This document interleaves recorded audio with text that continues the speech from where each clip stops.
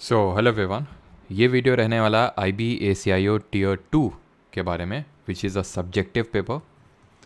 पहली बात तो कॉन्ग्रेचुलेशंस सभी को। वैसे तो मैंने पहले ही कॉन्ग्रेचुलेट कर दिया था, काफ़ी लोगों ने टीयर 1 यहाँ से क्लियर किया, and that is the reason why I am making this video, क्योंकि बहुत लोगों ने टीयर 1 क्लियर किया है IB ACIO का।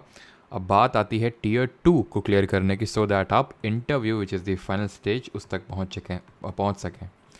बात करें अगर टीयर 2 की या फिर टायर 2, जो भी आप बोलें, ये कब तक शेड्यूल हो सकता है, फिर कब तक आपका एग्ज़ाम हो सकता है। वैसे तो ऑफिशियल डेट्स अभी तक नहीं आई हैं, तभी यहाँ पे डाउट आ रहा है कि भाई कब तक हो सकता है। तो ये मान के चलिए आपको ये रफली अभी से आई थिंक जैसे 4 अप्रैल है जब मैं ये वीडियो बना रहा हूँ, तो आप ये मिड मई में कंसिडर करके चलो, ठीक है। आपको 30 दिन का टाइम लेके चलना है अभी से। तो सबसे पहली बात ये आती है कि क्या डुएबल है IB ACIO का टीयर 2 की। अगर मैं बात करूँ, यहाँ पे थोड़ा बड़ा वीडियो आने वाला है, बिकॉज यहाँ पे हम सिर्फ टैकल करने वाले हैं ऐसे को। एक जनरलिस्टिक वीडियो मैंने पहले ही डाल दिया था, आपका टीयर 1 से पहले ही वो मैंने डाल दिया था कि किस तरह से आपको क्या डिमांड ऑफ एग्ज़ाम होती है, और वो एक जनरलिस्टिक वीडियो था। नहीं होगा तो मैं इसका लिंक डिस्क्रिप्शन और कमेंट सेक्शन में पिन कर दूंगा। लेकिन एक बार थोड़ा समराइज़ कर लेते हैं टायर 2 के बारे में, देन हम लोग ऐसे की तरफ बढ़ेंगे, बिकॉज दिस कंप्लीट वीडियो, क्योंकि फिर मैं एक वीडियो बनाता, क्योंकि एक तो बड़ी मुश्किल से टाइम निकला है, आप लोग इतना प्रेशराइज कर रहे थे काफ़ी टाइम से, ठीक है। मैं अवॉइड करना चाह रहा था, लेकिन क्योंकि काफ़ी लोगों ने क्लियर किया तो काफ़ी लोग प्रेशराइज कर रहे हैं, तो इसलिए मुझे ये फाइनली वीडियो बनाना पड़ रहा है। और अगर मैं बना रहा हूँ तो फिर कायदे से आपको समझाऊंगा। तो अगर मैं फिर वो पहले फिर से भूमिका बांधता कि टीयर 2 में क्या होता है, तो वो कोई मतलब की बात बनती ना, ठीक है। तो अगर आप IB ACIO टीयर 2 के स्टूडेंट हैं, सीरियस होंगे ही, अगर आपने टीयर 1 क्लियर किया है तो इस वीडियो को पूरा देखिएगा। ऐसे को लेकर जितने भी डिमांड्स हैं वो सारी आपकी फुलफिल हो जाएंगी। तो टीयर 2 में हम लोग का मेन जो कॉम्पोनेंट होता है वो ऐसे ही होता है, बिकॉज ऐसे की अगर हम बात करें तो 30 नंबर का, जो 30 नंबर का है, वो सिर्फ आपका ऐसे आता है। दूसरा पार्ट होता है हमारा कॉम्प्रीहेंशन, एंड तीसरा पार्ट होता है हमारा ये 10 नंबर का, एंड तीसरा पार्ट होता है इसमें आपका प्रेसी राइटिंग, ठीक है, 10 नंबर। सक्सेसिव वीडियोस भी हम लोग करेंगे जिसमें कॉम्प्रिहेंशन और प्रेसी राइटिंग भी देखेंगे, बट मेनली ऐसे के बारे में देखेंगे, और फिर हम आपका रेस्पॉन्स देखेंगे कैसा क्या है, और फिर आगे जो है फर्दर उसी हिसाब से आपको गाइडेंस मिलता रहेगा, ठीक है। अब थोड़ा सा स्टार्ट करने से पहले आपको बताता हूँ कि why I am guiding about this ऐसे, या फिर टीयर 2 इन जनरल। क्या मैंने क्लियर किया है? तो जी नहीं, मैंने IB ACIO का ना तो एग्ज़ाम दिया है कभी, और ना ही मैंने क्लियर किया है। लेकिन मैं गाइड इस बेसिस पे आपको कर सकता हूँ, बिकॉज मैंने UPSC CAPF का जो एग्ज़ाम है वो दिया है और क्लियर किया है उसको, ठीक है। तो इसमें क्योंकि जो दो पेपर होते हैं, पेपर 1 ऑब्जेक्टिव नेचर का होता है, 125 क्वेश्चन आते हैं, और पेपर 2 होता है। अब उस पेपर 2 में बहुत सारी चीज़ें होती हैं, जैसे कि अगर आपके पर्टिकुलर एग्ज़ाम की बात करें तो रफली आई थिंक 4 एसेज आते हैं, उसमें से सिर्फ आपको एक लिखना होता है। एक कॉम्प्रहेंशन होता है और एक प्रेसी राइटिंग होती है, यानी कि 50 नंबर का आपके पेपर है। ये पेपर 2 CAPF में 200 नंबर का होता है, जिसमें कि आपको 4 ऐसे लिखने होते हैं।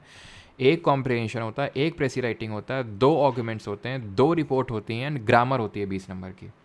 तो वो इतना बड़ा पेपर होता है, जो कि 3 घंटे का पेपर होता है, 3 आवर्स का। तो आप वो मान सकते हो कि इसका 1/3 ही आप मान के चलो, ठीक है। 1/3 से भी कम ही होगा अगर मैं उससे पेपर 2 से आकलन करूँ, तो ये 1/3 में ही स्टैंड करेगा IB ACIO टीयर 2, अगर मैं उससे UPSC CAPF से कंपेयर करूँ तो, ठीक है। तो क्योंकि वो मैंने सक्सेसफुली क्लियर किया है, इसलिए मैं आपको गाइड कर सकता हूँ कि क्या चैलेंजेस आपको फेस करने पड़ेंगे इसमें, और कैसे आप उसको टैकल कर सकते हो, ठीक है। क्या फ्रेमवर्क्स आप अडॉप्ट कर सकते हो जो कि आपको काफ़ी ज़्यादा हेल्प करेंगे इस एग्ज़ाम में। स्टार्ट करते हैं। अब ये जो पूरा पर्टिकुलर वीडियो रहने वाला है, ये डिवाइडेड है आपका सर्टेन पार्ट्स में। क्या क्या सर्टेन पार्ट्स हैं? तो पहला पार्ट हम लोग जो देखेंगे that would be demand of exam. दूसरा पार्ट हम देखेंगे जहाँ पे, और ये सबसे बड़ा आपका पार्ट होने वाला है, जहाँ पे इंट्रो किस तरह से क्या होता है, बॉडी कंक्लूजन किस तरह से करें, वो सारी चीज़ें हम देखेंगे। देन दूसरे पार्ट में हम डूज़ एंड डोंट्स देखने वाले हैं, क्या करना है क्या नहीं करना है।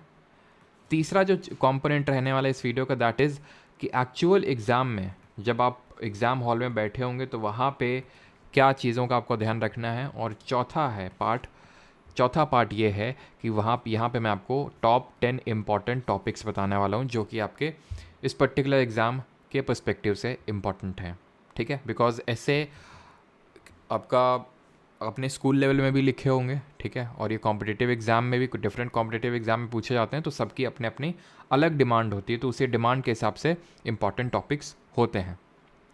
तो चलिए स्टार्ट करते हैं। सबसे पहले ये आपका ये पेपर पैटर्न सभी को पता होगा कि भाई 5 क्वेश्चन है, 5 में से आपको सिर्फ एनी वन पे 400 वर्ड का ऐसे लिखना होता है। अब 400 वर्ड कैसे क्या, वो सारी चीज़ें हम यहाँ पे डील करेंगे कि एक्चुअल एग्जाम में किस क्या क्या चीज़ों का आपको ध्यान रखना होता है वो देखेंगे, ठीक है।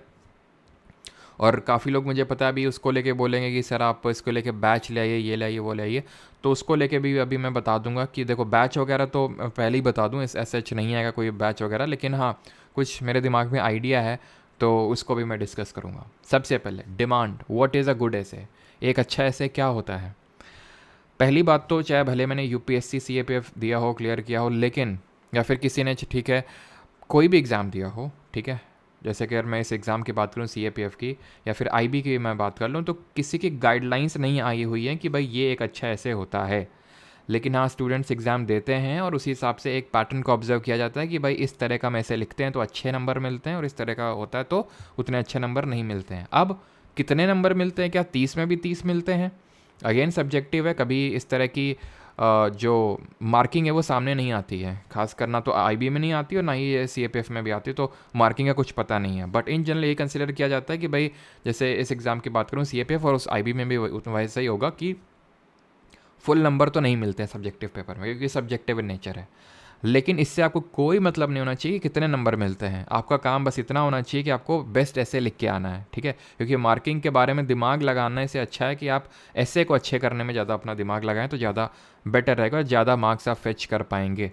और इस बात को लेकर अपने दिमाग से वो वहम हटा दीजिएगा कि भाई बिल्कुल होता है, सब्जेक्टिविटी होती है। जैसे फॉर एग्जाम्पल मान लेते हैं कि आपने एक ऐसे लिखा और ठीक है वही सेम ऐसे मैं अगर टीचर 1 से चेक कराऊँ, टीचर 2 से चेक कराऊँ, तो हो सकता है कि कुछ 1-2 नंबर का ऊपर नीचे हो जाए उसमें कोई, लेकिन क्या वो आपके कंट्रोल में, बिल्कुल कंट्रोल में नहीं है। तो इस चीज़ को कि वो कैसे नंबर देगा, वो ये वो उन सब की चीज़ों में मत पड़िए, अपना ऐसे अच्छा करने में बस अपना दिमाग लगाइए, ठीक है। इतनी भी ज़्यादा सब्जेक्टिविटी नहीं होती है।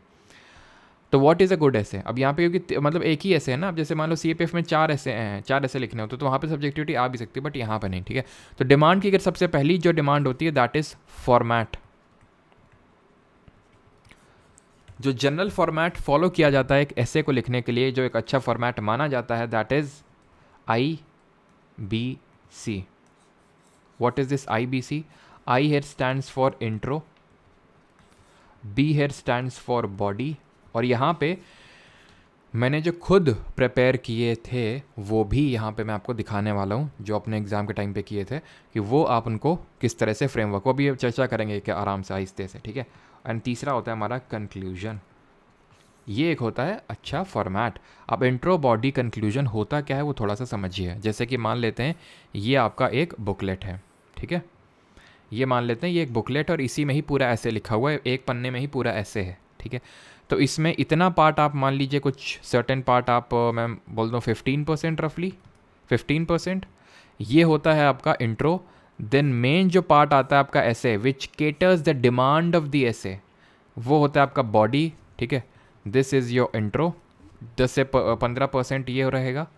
देन बॉडी रफली आप ये मान के चलो 70 to 75%, ठीक है, 70%।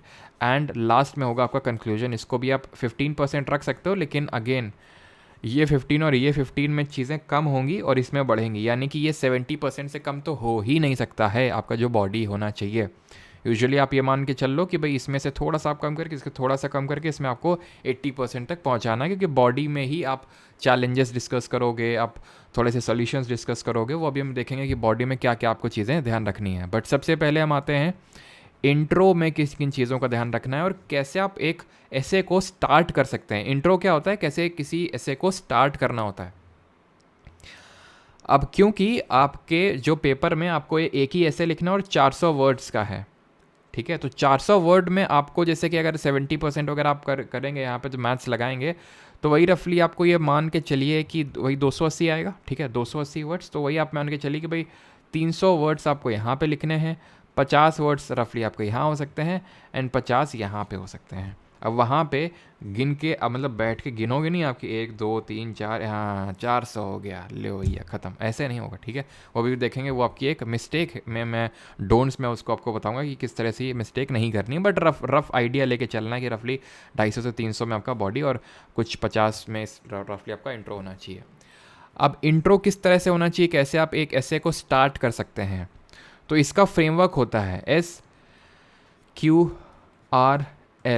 ये फ्रेमवर्क जो मैंने एक तरह से खुद के लिए डिवॉल्व किया था कि भाई मेन ये इम्पॉर्टेंट होता है, ध्यान रखना एक चीज़ हमेशा कि वो जो सब्जेक्टिव पेपर आप टियर 2 देने जा रहे हो वहाँ पे या तो आपका हाथ चल सकता है तो दिमाग चल सकता है, दोनों एक साथ सेम स्पीड से नहीं चल सकते हैं। तो आपको पहले ही सारे फ्रेमवर्क बना के जाने हैं दिमाग में, that will give you confidence, that will make your ऐसे लुक बेटर। अब एकदम से अगर मान लो मेरे कोई सामने टॉपिक आ गया, मान लेते हैं कि कोई इनइक्वालिटी का मान लो कोई आ गया, ठीक है, तो ये मैंने SQRL फ्रेमवर्क बना रखा है, तो मैं अब इस हथकंडे का यूज़ करूँगा। अब SQRL क्या बोलता है, एस यहाँ पे स्टैंड करता है स्टैट्स। स्टैट का मतलब क्या है, स्टैट का मतलब है कि कोई डेटा, फैक्ट, फिगर जो करंट अफेयर्स में जैसे आया होगा, जैसे फॉर एग्जांपल चलो इनइक्वालिटी का ही मैं एग्जांपल ले लेता हूँ, तो हो सकता है कि कोई स्टैटिस्टिक्स आई हो, जैसे ऑक्सफैम की रिपोर्ट आती है, ऑक्सफैम की रिपोर्ट आती है, उसमें बताया था कि भाई 1% ऑफ इंडिया, जो टॉप का इंडिया, वो इतनी % वेल्थ को होल्ड कर रहा है, तो एक तरह का स्टैट है, ठीक है। या फिर मान लो कि इलिटरेसी पे आता है, तो मैं 2011 के सेंसस को वहाँ पे कोट कर दूंगा, वो एक स्टैट है, स्टैटिस्टिक्स है। क्यू क्या है, क्यू है कोट्स, कोट से भी आप स्टार्ट कर सकते हैं, बहुत सारे कोट्स होते हैं। तो अभी मैं आपको जब टॉप 10 इंपॉर्टेंट टॉपिक्स बताऊंगा जो कि आपके पास रेडी होने चाहिए, तो अभी मैं वहाँ पे आपको बताऊंगा किस तरह से आपका उसके लिए इंट्रो, उसका बॉडी, उसका कंक्लूजन वो रेडी होना चाहिए पहले से। वहाँ पे आप नहीं लिखेंगे, आपका ऐसे जो वहाँ लिखा जाएगा वो पहले ही आपकी कॉपी में लिखा हुआ है, वो लिखा हुआ होना चाहिए। कैसे, अभी देखेंगे, ठीक है। तो ये कोड्स हो गया। आर से हो जाएगा आपका रिपोर्ट। रिपोर्ट मतलब जैसे कि आपकी रिपोर्ट्स आती रहती हैं, जैसे कि ह्यूमन डेवलपमेंट इंडेक्स हो गया, अभी आपकी जब भी हम लोगों ने मार्च की जो करंट अफेयर पढ़े तो उसमें हैप्पीनेस इंडेक्स पढ़ा था। तो कोई भी इस तरह का अगर मान लो कि ऐसे आता है, तो अब आपके बैक ऑफ द माइंड में आना चाहिए कि कोई इस पर्टिकुलर टॉपिक से रिलेटेड क्या मैं कोई रिपोर्ट सोच सकता हूँ, क्या मैं कोई कोड सोच सकता हूँ, क्या मैं कोई स्टैट सोच सकता हूँ, या फिर एल से है आपका लॉ। लॉ का मतलब है जैसे कि कोई ना कोई प्रोविजन DPSP में कहीं तो नहीं है, जैसे फॉर एग्जांपल अगर इस तरह का ऐसे आ गया इंटरनेशनल रिलेशन से रिलेटेड कि India's role in the international relations, तो उस केस में मैं किस पर्टिकुलर DPSP को कोट कर सकता हूँ, आप सोचिए। Article number 51 which directs the states to promote the international peace and security. या फिर मैं कोई फंडामेंटल राइट का यूज़ कर लूँगा, या फिर कुछ कमीशन बनाओ, सरकारी या कमीशन, इस तरह से। तो मैं पॉलिटी के एंगल से भी सोचने की कोशिश करूँगा। अब ऐसा तो हो ही नहीं सकता है, देखिए आप स्टार्ट से भी स्टार्ट कर सकते हैं, कोर्ट से भी कर सकते हैं, रिपोर्ट से भी कर सकते हैं, लॉ से भी कर सकते हैं, क्योंकि पॉलिटिकल कोई आर्टिकल है पॉलिटी में, उससे भी कर सकते हैं, या फिर किसी एनेक्डोट से स्टार्ट कर सकते हैं। एनेक्डोट से स्टार्ट करते हैं, जैसे फॉर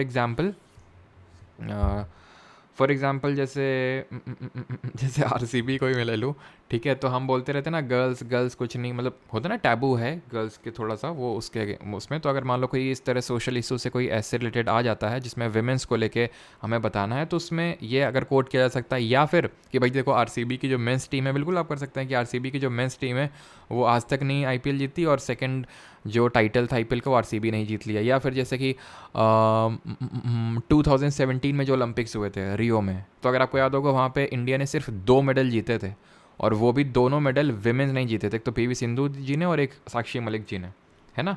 तो किसने नाम रोशन किया, विमेंस नहीं। तो ये एक तरह के एनेक्डोट होते हैं, तो इससे भी आप स्टार्ट कर सकते हैं अपना ऐसे, ठीक है। तो ये कुछ तरीके होते हैं अपने ऐसे को स्टार्ट करने का, इंट्रो। या फिर फॉर एग्जांपल जैसे कि SDG होते हैं हमारे सस्टेनेबल डेवलपमेंट गोल, ये भी अच्छा है। जैसे इसमें टोटल 17 होते हैं, लेकिन वहाँ पे आप कोट करेंगे, ऐसा नहीं कि ये हमारा एक ज़ीरो पॉवर्टी एक सस्टेनेबल डेवलपमेंट गोल है, वो तो सबको पता है वो एक सस्टेनेबल डेवलपमेंट गोल है। ज़ीरो हंगर, नो पॉवर्टी, सबको पता है, ठीक है। उसमें एक एनवायरनमेंट से रिलेटेड है, क्लाइमेट चेंज हो गया आपका, इन सब से रिलेटेड आपका कुछ ना कुछ SDG है, लेकिन वो आप डायरेक्टली कोट करेंगे कि SDG this talks about this. जो भी आपका वो ऐसे रिलेटेड है वो आपको याद होना चाहिए, और इसकी मैंने आई थिंक ट्रिक भी डाल रखी है YT शॉर्ट्स पे, अगर आप देखेंगे, ठीक है, कि कैसे याद रखने हैं। तो ये आपके हैंडी होने चाहिए। ये अगर ठीक है आप इंट्रो में यूज़ नहीं कर पाएंगे तो बॉडी में यूज़ करिए, कहीं ना कहीं तो आपका यूज़ इससे बैठ ही जाएगा SDG से, सस्टेनेबल डेवलपमेंट गोल से, ठीक है। अब आते हैं अपने दूसरे कंपोनेंट पे, and that is body of the ऐसे, जो कि मेन पार्ट है आपके ऐसे का। अब बॉडी में क्या डिमांड होती है, बॉडी में तीन चार इंपॉर्टेंट या फिर दो अगर मैं इंपॉर्टेंट डिमांड आपको बताऊं तो दैट इज़, एक तो आप पहले बात तो उस पर्टिकुलर ऐसे की जो डिमांड है उसको केटर कर रहे हो, कहीं बुल्ला बकैती ना कर रहा हूँ कि मतलब होता है ना कि फ्लो में पता नहीं कहीं कहाँ ही पहुँच गया, पूछा कुछ और तब कहीं पहुँच गए, फिर पता चला लिख के पढ़े अरे भैया पूछा तो कुछ और गया था ठीक है, या फिर तो हम मिस इंटरप्रेट कर लिया, तो वो नहीं होना चाहिए आपके में, ठीक है। तो बॉडी में सबसे पहले आपको ध्यान रखना है डाइवर्सिटी का। डाइवर्सिटी का मतलब क्या है? डाइवर्सिटी का मतलब ये है कि आपका ऐसे डाइवर्स होना चाहिए, मतलब कि वो मल्टीपल एंगल्स को टच कर रहा हो। वो सोशल एंगल से भी आपको सोचना है, वो आपको पॉलिटिकल एंगल से भी सोचना है, वो आपको इकोनॉमिकल एंगल से भी सोचना है, वो आपको एनवायरमेंटल एंगल से भी सोचना है, वो आपको एथिकल एंगल से भी सोचना है। इसमें कोई मतलब इफ़ एंड बट कर ही नहीं सकता है। इस पर्टिकुलर जो पॉइंट मैं आपको बता रहा हूँ डाइवर्सिटी वाला, कोई इफ़ एंड बट कर ही नहीं सकता है। कोई बंदा नहीं बोल सकता कि नहीं डाइवर्सिटी में पता नहीं नंबर मिलते हो कि ना मिलते हो, मिलते हैं। अगर आप एक ही उसमें पिपुड़ी बजाते रहेंगे अपनी पॉलिटिकल एक ही एंगल पे, वो उतने मार्क्स फेच नहीं करेगा। अगर आप मल्टी डायमेंशनल सोच सकेंगे, एंड अगेन वहाँ पे बैठ के आपको नहीं सोचना है, सोचना आपको घर में बैठ के, यहीं पे बैठ के, आपके फ्रेमवर्क रेडी होने चाहिए, बस वहाँ पे एकदम लिख देना जाके वहाँ पे डाइवर्सिटी टच करनी है। दूसरा जो इम्पॉर्टेंट है that is flow of the essay. Flow of the essay, flow of the essay से मेरा मतलब है कि एक पैरा से दूसरे पैरा में अब्रप्ट स्विच नहीं होना चाहिए। काफ़ी लोगों की आदत होती है, वो आपको जब लिखेंगे, जब स्टार्ट करेंगे तब पता चलेगा कि भाई लिखते उनका फुल स्टॉप आता ही नहीं है। पूरा पैराग्राफ हो गया, कहीं फुल स्टॉप ही नहीं आ रहा। तो कोशिश करिए कि बहुत बड़े बड़े लंबे स्टेटमेंट्स भी ना हों आपके, थोड़ा सा उनको छोटा करने की कोशिश करिए। वो आपको पता तब चलेगा जब आप लिखेंगे कि आपके बड़े हैं या फिर नहीं हैं। जब एक पैराग्राफ, और पैराग्राफ में आपको ऐसे रखना है, बॉडी का मतलब ये नहीं कि भाई इस तरह से मैंने बनाया तो एक इसमें बस इंट्रो एक पैरा में और एक पैरा में पूरा बॉडी हो गया। इसमें आप ये मान के चलिए कि कितने आप पैरा लिख सकते हैं। जैसे कि CAPF में तो 300 वर्ड का लिखने का आता है, इसमें 400 वर्ड का। तो आप ये मान के चलिए कि एटलीस्ट आपको मान के चलिए कि रफली 4 पैरा तक आपको यूज़ करने हैं, ठीक है, 4 पैरा। इस तरह से उसको डिवाइड कर सकते हैं कि भाई जैसे बॉडी में कोई भी पर्टिकुलर टॉपिक है तो 2 पैरा आपने डिवोट कर दिए चैलेंजेस, या फिर ये पर्टिकुलर, देखो आप इंट्रो एक और तरीका है, इंट्रो करने का एक और तरीका है, and that is why this particular topic is asked. हो सकता है वो टॉपिक जो आपने चुना हो वो करंट की वजह से न्यूज़ में, मुझे उसके बहुत ज़्यादा चांसेस हैं, तो आप उससे भी स्टार्ट कर सकते हैं कि ये क्यों न्यूज़ में था, recently this was in news that's why ये, चलो तो हम इसके मतलब जब आप इंट्रो से बॉडी में भी आ रहे हैं ना, तो फ्लो होना चाहिए आपका। फ्लो इन दी सेंस ऐसा ना लगे कि बस अच्छा यहाँ पे ख़त्म, अब यहाँ से कोई नई चीज़ शुरू है, ऐसा लगना चाहिए अच्छा ऐसा हुआ फिर क्या हुआ, तो फिर के लिए आप बॉडी में आइए। जैसे नहीं सीरियल्स में दिखाया जाता था अब आगे, कि भाई वो इस तरह से कुछ सस्पेंस छोड़ के जाते थे कि हमें अगला एपिसोड देखना ही पड़ता था, फिर आप आजकल की जो वेब सीरीज़ में हो रहा है। तो उस तरह से आपको रखना है कि हर एक पैराग्राफ के बीच में होना चाहिए। और वो जब आप एक मॉडल ऐसे देखेंगे, मैं कोशिश करूँगा कि आपको वो प्रोवाइड करवाऊँ, ठीक है, मॉडल ऐसे, तो तब आपको समझ में आएगा कि कैसे जो कनेक्टिंग वर्ड होते हैं, जो कनेक्टर्स जिनको हम बोलते हैं, जैसे कि moving forward, having said this, let's talk about the another point.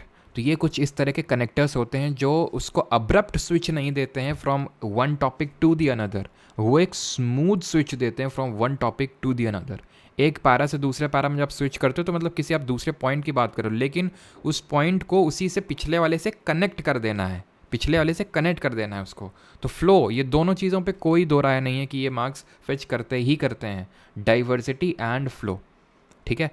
ये करने के बाद आपका जो दूसरा काम, मतलब तीसरा काम बोल सकते हैं, दैट इज़ कीवर्ड हाइलाइटिंग का बॉडी में। इंट्रो में नहीं, इंट्रो में तो उतना नहीं, इंट्रो तो भाई छोटा सा होता है, वो पढ़ ही लेगा एग्जामिनर आपका, ऐसे वो पढ़ना ही इंट्रो से स्टार्ट कर रहा है, ठीक है, तो उसमें नहीं, ठीक है। कीवर्ड हाइलाइटिंग, और कंक्लूजन में भी नहीं, कंक्लूजन तो भाई वो पढ़ के आपको वो नंबर देने वाला है, तो उसमें भी उसका वो फोकस रहता है। कीवर्ड हाइलाइटिंग का जो मेन मकसद होता है वो ये होता है कि कोई जो इंपॉर्टेंट हमने पॉइंट है वो एग्जामिनर के आंखों से विलुप्त ना होना चाहिए, गलती से वो मिस ना करे। कोई ऐसा इंपॉर्टेंट पॉइंट हमने लिखा है, या फिर ध्यान रखना, या फिर हमने कोई इस तरह का सोफिस्टिकेटेड वर्ड यूज़ किया है। सोफिस्टिकेटेड वर्ड का मतलब क्या होता है? सोफिस्टिकेटेड वर्ड का मतलब है तुमने कभी इस तरह का अगर कभी द हिंदू वगैरह पढ़ा हो तुमने, तो तुमने देखा होगा कि जो एडिटोरियल्स वगैरह लिखे जाते हैं, जैसे जो ब्यूरोक्रेट्स वगैरह लिखते हैं, तो किस तरह के मतलब वर्ड्स यूज़ करते हैं, capacity building, we should follow a policy of zero tolerance, मतलब इस तरह के वर्ड्स लिखेंगे, मज़ा आ जाएगा। फिर ऐसा लगता है कहाँ से ये मतलब कहाँ से लाते हैं ऐसे ऐसे शब्द। जहाँ से भी लाते हो हमें उससे मतलब नहीं है, हमें चेप लेना है बस। चेप लेना है मतलब अभी मैं आपको बताऊंगा कि सोफिस्टिकेटेड वर्ड, अभी ये तो समझ गया ना क्या होते हैं कि भाई जैसे कैपेसिटी बिल्डिंग हो गया, या फिर कि होलिस्टिक अप्रोच हो गया, इस तरह के जो वर्ड्स होते हैं ये, या फिर डिसेंट्रलाइजेशन, इस रैंडम, देखिए ये आपको मार्क्स फेच करेंगे। रैंडम आप स्कूल का ऐसे नहीं लिख रहे हैं, आपसे एक्सपेक्ट किया जा रहा है कि ऑफिसर लेवल का आप एक ऐसे लिख रहे हैं, ना कि किसी स्कूल का, मतलब आप क्लास 8th 9th का लिख रहे हैं कि इंडिया इज़ माई कंट्री पे ऐसे लिख रहे हैं। ठीक है, तो आपको सोफिस्टिकेटेड वर्ड, थोड़े से ब्यूरोक्रेटिक टाइप के वर्ड्स यूज़ करने पड़ेंगे, और वहाँ पे वो आपको याद नहीं आएगा, क्योंकि आप, वही है ना कि आप ब्रिटेन में पढ़ के नहीं आए हो। ठीक है, कोई पढ़ के नहीं आया है ब्रिटेन में कि भाई मतलब बहुत, या फिर शशि थरूर का कोई स्टूडेंट नहीं है यहाँ पे जो अपने आप वो वर्ड जो है फ्लो होंगे, और वो भी इतने प्रेशर लाइक सिचुएशन पे। तो वो आपको पहले ही प्रिपेयर करने हैं, पहले ही आपको कुछ, जैसे मैंने फ्रेमवर्क्स बना रखे थे अपने लिए कि भाई कुछ फ्रेमवर्क्स हैं जिनका कि मैं यूज़ करूँगा, तो उससे मैं भूलूंगा भी नहीं उस वर्ड को। जैसे फॉर एग्जांपल, अब अगर मान लो विमेन पे ऐसे आ गया ना, तो मेरे पास एक फ्रेमवर्क था कि भाई ज़ेब्रा है ये, ठीक है, ZEBRA, ज़ेब्रा। जेड से हो गया ज़ीरो टॉलरेंस, ज़ीरो टॉलरेंस की we should have a policy of zero tolerance towards those who are committing crime against the women. E से मैंने एम्पावरमेंट ले लिया, ठीक है, एम्पावरमेंट, तो क्या है ना कि अब एम्पावरमेंट के लाइन पे मैं सोचूंगा। बी से हो जाएगा आपका ब्रिंगिंग अवेयरनेस, आर से हो जाएगा रोल मॉडलिंग, ए से हो जाएगा एटीट्यूडनल चेंज। तो सोचिए कि क्या मेरे पास, would I be short of words? No, थोड़े अच्छे अच्छे भी वर्ड आएंगे उसकी वजह से। और मैं, ऐसा नहीं कि एकदम से ब्लैंक आपने अगर लिखना स्टार्ट किया होगा, या फिर जब करेंगे तो आपको पता चलेगा एकदम से ब्लैंक वाली से लिखें तो लिखें क्या, करें तो करें क्या, बोलें तो बोलें क्या, ये वाली सिचुएशन हो जाती है। जो फ्रेमवर्क्स रेडी होंगे, तो जैसे अगर मान लो मेरे पास कोई भी विमेन का आया, तो I have zebra ready for it. या फिर जैसे एक फ्रेमवर्क हो सकता है जैसे काऊ, काउ इन द सेंस कि भाई हमें कैपेसिटी बिल्डिंग करना चाहिए। जैसे अगर मान लो वल्नरेबल क्लास पे, वेमेंस पे फॉर एग्जांपल, या फिर मान लो कि पोवर्टी पे आ गया, तो भाई कि हाँ भाई पुअर की कैपेसिटी बिल्डिंग करनी है। कितना अच्छा वर्ड लग रहा है कैपेसिटी बिल्डिंग। ओ से हो गया जैसे कि हमें one size fits all approach को गिव अप करना चाहिए, कि भाई एक ही नज़रिए से सबको देखना बंद करना चाहिए। दैट मीन्स उसका मतलब वन साइज़ फिट्स ऑल का अप्रोच, ये मतलब होता है उसका कि भाई सब पे एक ही साइज़ फिट हो जाएगा, ऐसा ज़रूरी नहीं है। डब्ल्यू से जैसे फॉर एग्जांपल हो गया कि हमें होलिस्टिक अप्रोच रखना चाहिए इस प्रॉब्लम को सॉल्व करने के लिए। तो इस तरह के अगर आपके फ्रेमवर्क्स रेडी होंगे, तो यू वुड फील कॉन्फिडेंट कि हाँ, जो मैं, एक कॉमन बंदा कैसे ऐसे लिखेगा, ऐसे ही नॉर्मली ये होना चाहिए, वो होना चाहिए, अपने अपने अपने वर्ड्स में। ये मत, ठीक है, अपने वर्ड्स में आपको लिखना है, लेकिन ये डेफिनेटली जो वर्ड्स हैं, और किसको पता कि तुम रट के आए हो, हैं, और ऑब्वियस बात है, ठीक है, रट के आए भी हो, तो किसको ये वर्ड्स अच्छा लगेगा पढ़ने में, ज़ीरो टॉलरेंस, या फिर हमें मतलब वो नहीं कि we should punish them, we should punish such people who commit crime against the women, या फिर we should have a policy of zero tolerance towards those who are committing crime against women. ये ज़्यादा better लग रहा है ना, sophisticated लग रहा है। तो इन चीज़ों का भी, सोफिस्टिकेटेड वर्ड्स का भी आपको बीच बीच में यूज़ करना है। हो सके तो एग्जाम्पल्स भी आप यूज़ करिए अपने उसमें, किसी पर्टिकुलर आपने आर्गुमेंट दिया कि भाई मान लो कि भाई ग्लास सीलिंग का मतलब क्या होता है कि भाई टॉप पोजीशन पे विमेन नहीं पहुंच सकती हैं। तो आप ग्लास सीलिंग का एक एग्जांपल दे सकते हैं कि सुप्रीम कोर्ट में आज तक भी कोई महिला चीफ जस्टिस नहीं बनी है, आरबीआई में आज तक कोई भी महिला गवर्नर नहीं रही है। तो वो एक एग्जांपल्स हो सकते हैं। तो अगर आप एग्जांपल से कोट करोगे तो और अच्छा होगा वो चीज़। क्लियर इतनी चीज़? अब थोड़ा सा मतलब इतना भी डीप में नहीं जा रहे हैं, थोड़ा सा बेसिक सबका टच कर रहे हैं ताकि आपको थोड़ा सा जनरल आइडिया लगे। अब आते हैं कंक्लूजन पे। ये आपका होता है आखिरी पार्ट, और ये पार्ट पढ़ने के बाद ही जो एग्जामिनर है वो आपको क्या देगा, नंबर देगा। तो इंट्रो से क्या है, आपके एस्से के बारे में वो एक ओपिनियन बिल्ड करेगा कि हाँ भाई एक ऐसा स्टूडेंट है, तो ह्यूमन ही ना जो चेक कर रहा है, तो एक तरह से ओपिनियन बिल्ड करेगा। वो कोशिश करते हैं वो, ठीक है, वो those people are grey head, मानते तो यही कि भाई उनको बहुत एक्सपीरियंस है, तो इतना भी ज़्यादा वो छड़ी के नहीं होते हैं कि भाई अच्छा इंट्रो इतना बेकार लिखा तो हम आगे का नहीं पढ़ेंगे। तो ऐसा कुछ नहीं कि अगर इंट्रो तुमने मान लो गलती से बेकार लिख दिया तो कुछ नंबर नहीं मिलेगा बॉडी ने, मेन तो बॉडी है। आपने नीड वो केटर की है कि नहीं। अब ये समझ लो कि तुमने ये बना दिया है केक, और intro and conclusion are like the icing on the cake. तो इंट्रो से ओपिनियन बनता है थोड़ा सा, इसलिए इंपॉर्टेंट होता है। बॉडी तो कोई कुछ कहना नहीं है उसमें कितना इंपॉर्टेंट होता है, एंड कंक्लूजन जो होता है यही पढ़ने के बाद आपको वो नंबर देने वाला है। तो कंक्लूजन एक तरह से आपका वे फॉरवर्ड कहलाता है। वे फॉरवर्ड मतलब जो भी आपने सारी चीज़ें बताई हैं, तो इसमें एक वे फॉरवर्ड आप देते हो, एक पॉजिटिव नोट के साथ उसको एंड करते हो कि भाई आपका एक पॉजिटिव लुक है। ऐसा नहीं कि बस ये कमी, वे कमी, ये कमी, ये कमी, ये कमी, ये कमी। आपको कमी पता है, अच्छी बात है, लेकिन आपके पास सल्यूशन होने चाहिए। ठीक है, सॉल्यूशंस होने चाहिए। आप पान की दुकान पे बात नहीं कर रहे हैं खड़े होकर कि ये वो, तो इसीलिए सोफिस्टिकेटेड वर्ड का यूज़ करना है, क्योंकि आप पान की दुकान पर नहीं चर्चा कर रहे हैं इस पर। एंड दूसरा, आपको सॉल्यूशंस देने हैं। ऐसा नहीं कि कुछ अच्छा ही नहीं हो रहा, ये बेकार वो बेकार। सॉल्यूशंस देने वो बॉडी में आप दीजिए, बट कंक्लूजन में थोड़े वर्ड्स में एक पॉजिटिव नोट पर जरा एंड कर दीजिए। चलिए मैं आपको दिखाता हूँ किस तरह से इंट्रो, बॉडी, कंक्लूजन, जैसे कि हेल्थ टॉपिक मैंने प्रिपेयर किया था। ठीक है, ऐसे ही ये जो मैंने फ्रेमवर्क्स रेडी किए थे वो मैं आपको नहीं होगा तो प्रोवाइड कर दूंगा। ठीक है, कहाँ पे कैसे पे वो अभी चलो डिस्कस कर लेते हैं। तो पहले तो ये देखिए किस तरह से इंट्रो, ये सारी चीज़ें। तो जैसे मान लो हेल्थ है, तो मैं हेल्थ पे मेरे पास 4 इंट्रो रेडी हैं। ठीक है, अब जिस तरह का थोड़ा सा आएगा मैं उसी तरह से, और ये रटे हुए होने चाहिए। मैं ये नहीं बोलूँ कि आपके पास 4 ही होने चाहिए, 2 भी आराम से चलेंगे। ठीक है, मैक्सिमम आप 2 रखिए, मैक्सिमम 2 रखिए आप अपने पास, कि भाई हर एक टॉपिक पे जो मैं आपको 10 इंपॉर्टेंट टॉपिक दूंगा उस पर 2 आपके पास इंट्रो रेडी होने चाहिए। ठीक है, जो आपको अच्छे लगें, जो आप कॉन्फिडेंट फील करें, जिसमें आप थोड़ा सा और कुछ बढ़ा सकें, इसको अपने हिसाब से मॉडिफाई कर सकें, इसको उस पर्टिकुलर टॉपिक के हिसाब से। जैसे फॉर एग्जांपल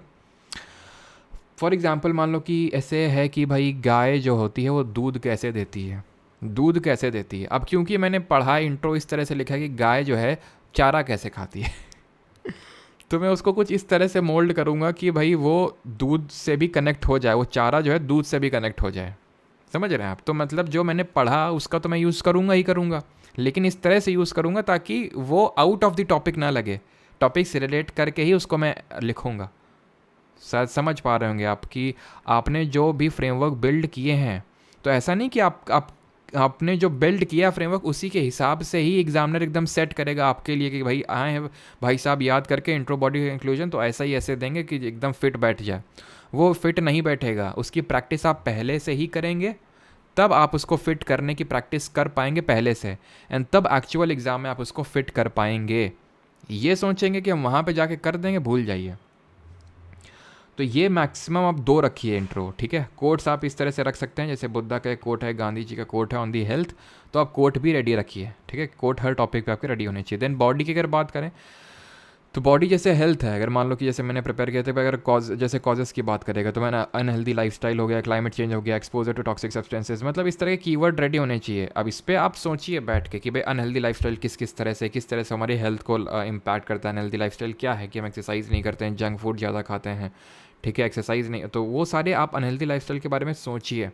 ये क्या है, जब आप नोट्स रखेंगे रिवीजन के लिए कि भाई अच्छा ये मेरे पास 4 पॉइंट थे, जब मान लो कि इस पर्टिकुलर हेल्थ पे आ गया, मान लो ऐसे, ठीक है, हेल्थ पे आ गया, तो जब मेरे पास कॉजेज़ आएंगे ना, तो मुझे पता है ये 4 है, unhealthy lifestyle, climate change, exposure to toxic substance, poor living substance. अब इन पर्टिकुलर हेड पे मेरे पास कंटेंट रेडी होगा, मैं लिख सकता हूँ। अगर फॉर एग्जांपल अगर मान लो मेरे रेडी ही नहीं है तो मैं तो एकदम ब्लैंक हो जाऊँगा। तुमको क्या लगता है ये चारों के चारों एग्ज़ाम हॉल में याद आ जाएंगे? तुमको नहीं आएंगे, 2 मिस हो जाएंगे, फिर तुम्हें लगेगा अरे यार अच्छा वाला पॉइंट तो हम भूल ही गए लिखना।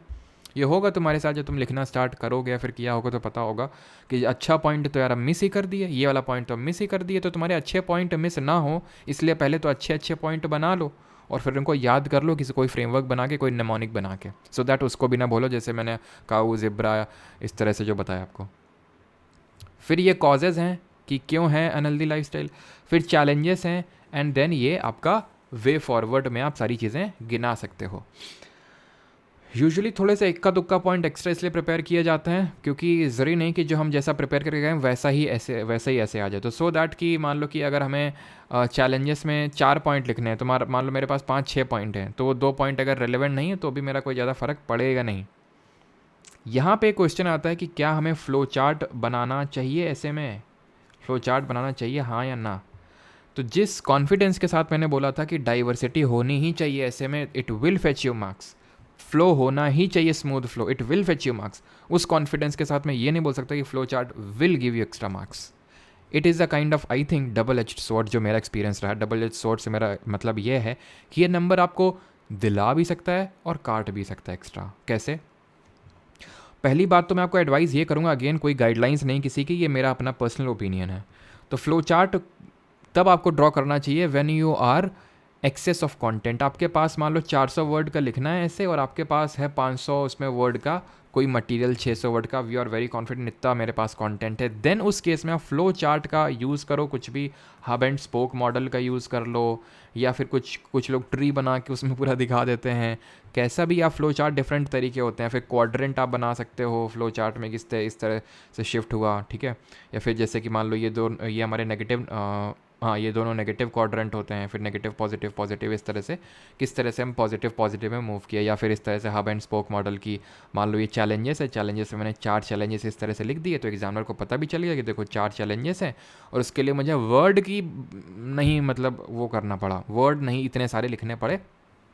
तो मेरा काम क्या हो गया कि मेरा मान लो मेरे पास चैलेंजेस, भाई 10 चैलेंजेस मेरे को यार पता है मेरे पास, ठीक है, 8 चैलेंजेस पता है, तो मैंने 4 तो इस तरह से लिख दिए, और 4 को मैंने इस तरह से फ्लो चार्ट में इस तरह से बना के दिखा दिया। तो एग्जामिनर को मैंने अपना नॉलेज भी शोकेस कर दिया।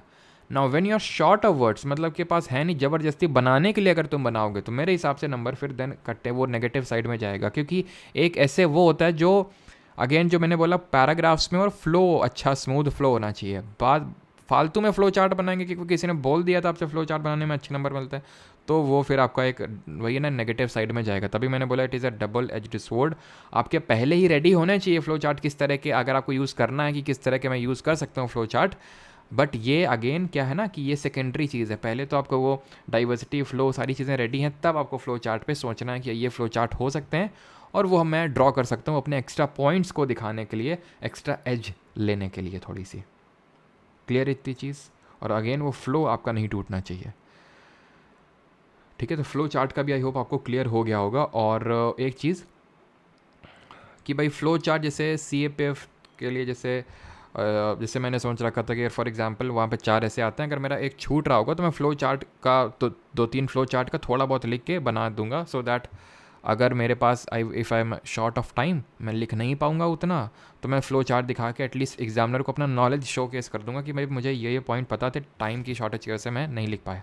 ना कि वो स्कूल वाली हरकत, स्कूल में क्या करते थे, एंड मान लो ऐसे एंड इट, बस ऐसे करके ताकि एग्जामिनर को लगे, मतलब टीचर को लगे ओहो बस लिखना तो चाह रहा था लेकिन बेटे से कॉपी छिड़ा ली गई तो वो वाली हरकत यहाँ पे काम नहीं आएगी। तो मैडम जी थोड़ी दया कर देंगी, ओहो बेटे से कॉपी छिना ली गई, आता तो था, नहीं नहीं, ये दया वाला यहाँ पे नहीं होगा। तो आप फ्लो चार्ट वहाँ पे बना सकते थे, लेकिन लेकिन लेकिन लेकिन यहाँ पे छोड़ने का तो कोई वही नहीं होता, क्योंकि सबसे बड़ा कंपोनेंट तो ऐसे ही है। वो छूटा तो फिर पेपर छूटा, आपका पेपर गया, समझ रहे हैं आप? तो वो तो आप छोड़ ही नहीं सकते, वो CAPF की बात अलग है। यहाँ पे तो एक ही ऐसे आता है, और वही सबसे मेन है, वही आपका समझ लो 30 नंबर है, 50 में से 30 नंबर, तो वो तो छोड़ने का, एक रत्ती पर भी छोड़ने का कोई लॉजिक ही नहीं बनता है। एंड कंक्लूजन, अब ध्यान से देखिए, कंक्लूजन मैंने इस तरह से प्रिपेयर किया था खुद के लिए।